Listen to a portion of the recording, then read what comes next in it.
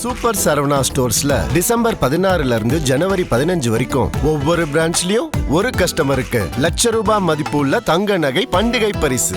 Thank you, Mr. Vice Chairman. On behalf of my party, All India Trinamool Congress, I rise to speak on the Sustainable Harnessing and Advancement of Nuclear Energy for Transforming India Bill 2025, the so-called Shanti Bill. Sir, this bill brings neither Shanti nor security. It brings Ashanti, it brings Bipod, it brings Khatra, it brings grave danger. This bill brings danger disguised as development, cronyism disguised as reform, surrender disguised as strategy. This bill is not just flawed, this bill is fundamentally dangerous, sir. Let me be clear. We are not debating whether India should pursue nuclear energy. As the honorable member before me said, India has always pursued nuclear energy responsibly for decades. India has always been a responsible nuclear state. But as a country, are we now prepared to abdicate our sovereign responsibility, gamble with public safety, and place one of the most sensitive sectors of the nation at the mercy of crony capitalism and government-friendly oligarchs as well as foreign pressure? Sir, this bill is not reform, it is recklessness. This bill is not for the public, it's for profit. This bill is not about sovereignty, it's about surrender. The ruling party must also remember that you, Mr. Minister, once accused the Manmohan Singh government of a sellout on the civil nuclear deal, on the Indo-US civil nuclear deal. Today, forget sellout. You are rushing through this crucial bill without any parliamentary oversight, simply because, as your leaders say, ab ki baar Trump sarkar. That is why you are rushing through this bill. So the government wants to produce 100 gigawatts of nuclear power capacity by 2047 under the Viksit Bharat program. But the way it is trying to do this is the privatization, in fact, the oligarchization of nuclear power. Privatization can be benign if there's a level playing field, if there are checks, if it's open for all. But in the name of privatization, this government consistently promotes oligarchization, rule of the oligarchs. The Shanti Bill removes restrictions on private entry by allowing any company or person authorized by the central government to establish and operate a nuclear installation. This is a huge policy shift, as was pointed out, and ends 7 decades of state exclusivity over nuclear power. Let's admit that the scale of investment needed for setting up such industry can only be undertaken by the high-profile cronies of this government. And the question arises, is cronyism the reason why this government is paving the way for them? Why not go in for public-private partnership instead? And we all know, sir, who this government's favorite oligarchs are. We all know that the hum do, hamare do approach is what this government has adopted. From the vision of the father of our nuclear program, Homi J. Bhabha, to the resolve shown at both Pokhran 1 and 2, India's nuclear program has always been deliberately kept under public control. This is because nuclear power, sir, can be so deadly, that the cost of failure is absolute. One mistake can poison the land, the water, and lives for generations to come. Nuclear energy is not normal commercial activity, sir. It is not telecom, it's not aviation, it's not even defense manufacturing. It is a strategic national asset bound up with national security, and the risks are existential for humankind. The risks are catastrophic. Should profit maximization and cost cutting be the aim of such a sector? At the core of the bill is a highly diluted liability regime, a reworked liability framework under Chapter 3, which caps the maximum compensation for any single nuclear incident, with the operator's liability limited to installation-specific ceilings set out in the second schedule. So the doctrine of absolute liability held by the Supreme Court in the 1984 Bhopal gas disaster is being limited. The bill repeals the existing Civil Liability for Nuclear Damage (CLND) Act of 2010, uprooting decades-old legal protections around nuclear accidents, weakening accountability for suppliers. The liability cap, 300 million special drawing rights or SDR, a few $100 million or 3,900 crore, is absurdly insufficient compared to the catastrophic cost of a major nuclear accident. As per the Shanti Bill, the sovereign top-up is discretionary in form and fund design, not automatic, in comparison to what existed under the CLND Act. This means that beyond the limit of 3,900 crore as per the second schedule, the government will be liable. And this is discretionary in function. The liability is discretionary. The clause is thus highly regressive, as compensation beyond the given amount thus becomes optional, leaving communities and victims helpless. The citizen of India will be rendered helpless.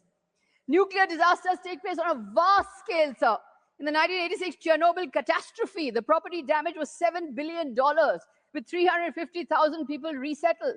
In the Fukushima Daiichi disaster of 2011, the cleanup and compensation cost $180 billion, with 160,000 temporarily or permanently evacuated. So why this cap on liability, given the high urban population densities around sites like Tarapur and Kadunkulam? The 2010 Act clearly defined the operator as a government or government company and allowed right of recourse, Section 15, against suppliers for defective components. The Shanti Bill redefines operators to include any company and allows liability transfer via contract, making supplier liability voluntary. The Shanti Bill shifts liability and recourse rules towards contract rather than statute, meaning suppliers can be insulated in the fine print of the contract and victims' ability to seek redress becomes uncertain. This is because contracts will be negotiated from an unequal bargaining position. It is terribly unfair to the victims, potential victims.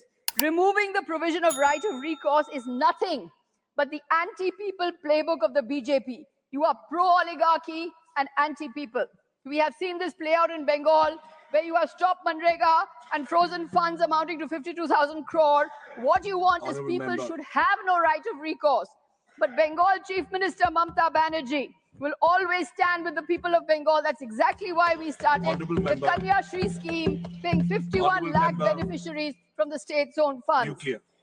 But you only understand the language of profit, not the language of the people. Profit and nuclear safety cannot coexist, sir.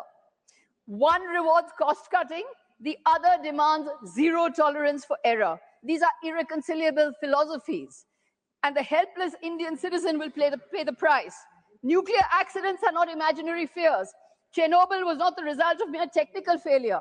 It was weak oversight and political pressure to prioritize output over safety. As a result, human lives were destroyed for generations. For generations, human lives were destroyed. Nuclear radiation does not negotiate. Nuclear radiation does not forgive. Nuclear radiation does not respect contracts and corporate liability clauses.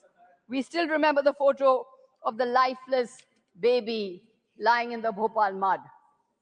Shanti removes explicit acknowledgement of long-term radiation injury and allows the government to exempt facilities deemed insignificant risk. This is a violation, sir, of the ILO Convention number 115 on radiation protection. The bill also reflects a blind and obsessive push for nuclear expansion without adequate debate on alternatives or consequences. India is blessed with solar, wind, hydro, and storage potential.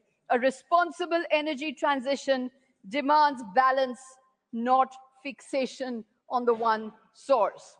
Energy security cannot come at the cost of human security. When safety audits slow down profits, which one will be sacrificed, sir? Which one will be sacrificed? Safety audits or profits? When maintenance budgets threaten balance sheets, what will be cut? When emergency preparedness looks expensive, who will take responsibility? The global trend is to strengthen, not weaken safety norms. But this bill, Mr. Minister, is going in the opposite direction to what the global trend is. But the real shocker of the bill is this, sir.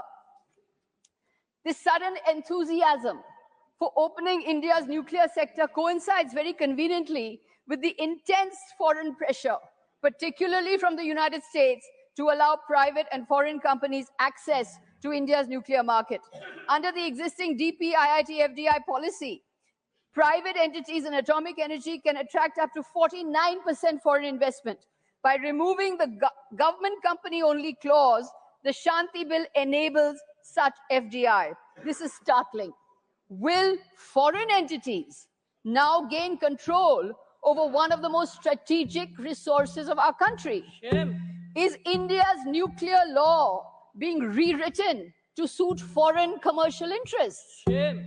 Is Parliament being asked to legalize what was politically promised abroad? Is national policy being shaped to please Washington rather than protect the citizens of India? Shame. This is a government of मुंह में स्वदेशी, दिल में विदेशी. मुंह में बोलते हैं आत्मनिर्भर Bharat, but the dil is videshi. We must again remember the slogan shouted with great enthusiasm by the leader of this government, Ab ki baar Trump Sarkar. That is what their motto is, Ab ki baar Trump Sarkar. It is sad that this slogan, Ab ki baar Trump Sarkar, seems to have become a policy for this government. Shame. This is not the Shanti Bill, sir. This is the TRUMP bill, the Trump bill, the Reactor Upgradation Management Program, TRUMP. This bill cannot be rushed through Parliament. This bill requires discussion. It requires extensive inputs from stakeholders. It requires a long legislative process. It is a shame that the Prime Minister is not in the House when this crucial bill is being discussed. Citizens of India's lives are at stake. Existentially, humankind is at stake. Nuclear radiation is a possible fallout. How can this bill be passed?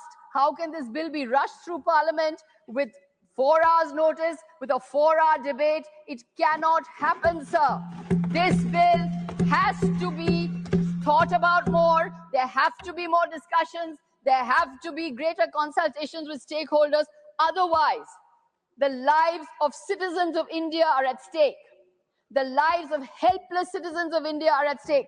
I want to point out to you one important fact here, sir, that the nuclear installations that exist in our country are all in tribal areas, in the tribal regions. Nuclear mining, primarily for uranium, significantly impacts tribal regions globally, notably in India's Jharkhand, in the Jarugoda area, where indigenous communities, Santhal, Munda, Ho, suffer severe health crises like cancers, deformities, and contaminated water from mining. Are we going to let these helpless, vulnerable communities be at the mercy of profit maximization of oligarchs? Is that what we are trying to do here? This bill cannot go through in this shoddy, rushed manner. It needs much greater deliberation, much greater discussion. I would urge the minister who is sitting here, please rethink. The lives of Indians are at stake. The lives of citizens are at stake. This bill must not go through in this form. We need greater discussion. Thank you, sir. Jai Hind, Vande Mataram, Joy Bangla. Thank you. Super Saravana ஸ்டோர்ஸ்ல December 16ல இருந்து ஜனவரி 15 வரைக்கும் ஒவ்வொரு பிரான்ச்லயும் ஒரு கஸ்டமருக்கு ₹1,00,000 மதிப்புள்ள தங்க நகை பண்டிகை பரிசு. Minnambalam.com தமிழின் முதல் மொபைல் பத்திரிகை.